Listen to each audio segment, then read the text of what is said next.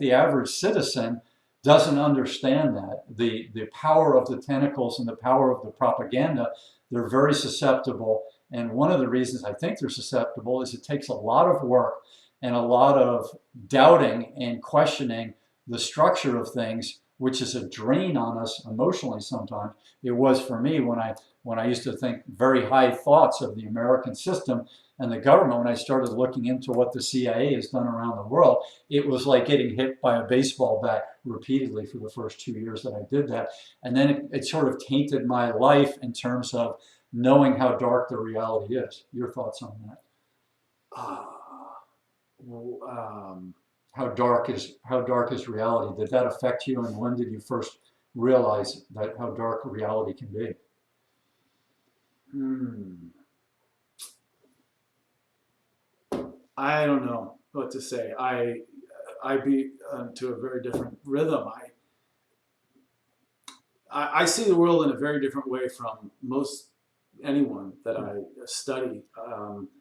And I'm not really afraid of things. And okay, it just the topic kind of shifted, so I'm trying to roll with it. To that, I'll respond in this way.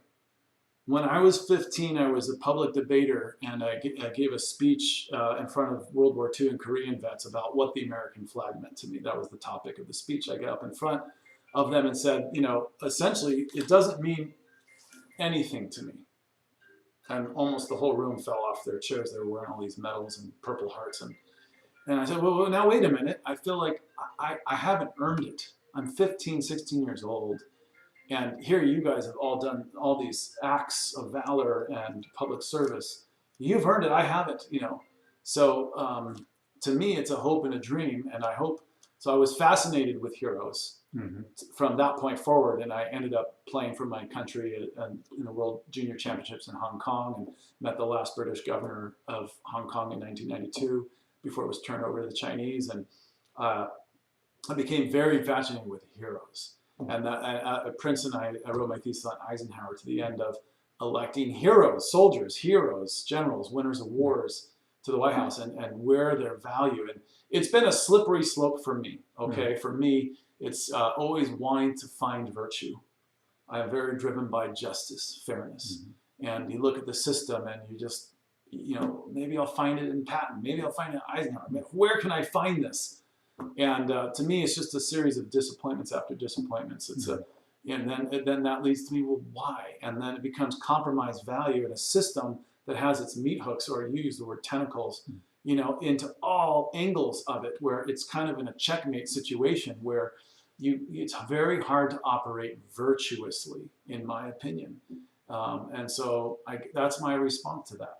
How do you find, virtue in a system that itself, in my mind, is so compromised?